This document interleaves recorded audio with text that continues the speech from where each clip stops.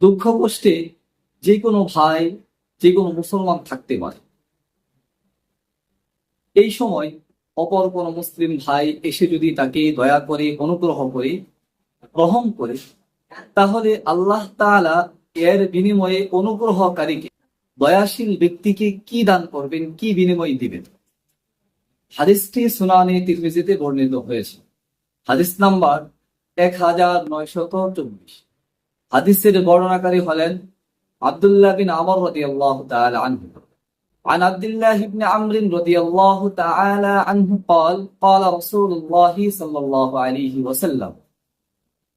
হযরত আব্দুল্লাহ বিন আমর রাদিয়াল্লাহু তাআলা আনহু থেকে বর্ণিত, তিনি বলেন, রাসূলুল্লাহ সাল্লাল্লাহু আলাইহি ওয়াসাল্লাম বলেছেন, আর-রাহিমুনা ইয়ারহামুহুমুর রহমান।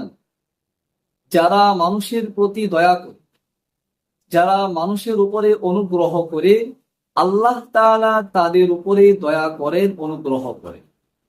শুধু তাই নয়, রাসূলুল্লাহ সাল্লাল্লাহু আলাইহি ওয়াসাল্লাম আরো বলেন, ইরহামু মান ফিল আরদ।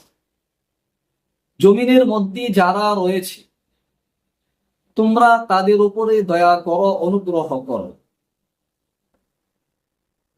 ইয়ারহামুকুম মান ফিস সামা। তাহলে আসমানের মধ্যে যারা রয়েছে তারা তোমাদের উপরে দয়া করবে, অনুগ্রহ করবে। সম্মানিত উপস্থিতি, হাদিসের মধ্যে বলা হয়েছে, কোন ব্যক্তি যদি কারো উপরে দয়া করে, অনুগ্রহ করে, আল্লাহ তাআলা তার উপরে দয়া করেন, অনুগ্রহ করেন। আল্লাহ তাআলা হলেন আর রহমান আর রহিম, দয়াশীল, দয়াময়। আল্লাহ তাআলার যে বান্দার মধ্যে দয়ার গুণ রয়েছে, অনুগ্রহের গুণ রয়েছে, আল্লাহ তাআলা সেই বান্দাকে পছন্দ করেন। এখন প্রশ্ন হচ্ছে, আমরা কি শুধু মানুষের উপর দয়া করব, অনুগ্রহ করব, নাকি পশু পাখির উপরেও দয়া অনুগ্রহ করব? শুধু মানুষের উপরে দয়া নয়, পৃথিবীর বুকে যারা রয়েছে, অর্থাৎ মানুষ, পশু পাখি, কীট পতঙ্গ, যাই হোক, সকলের উপরে দয়া করতে হবে। তাহলে আসমানের মধ্যে যারা রয়েছে তারা আমাদের উপরে অনুগ্রহ করবে, দয়া করবে।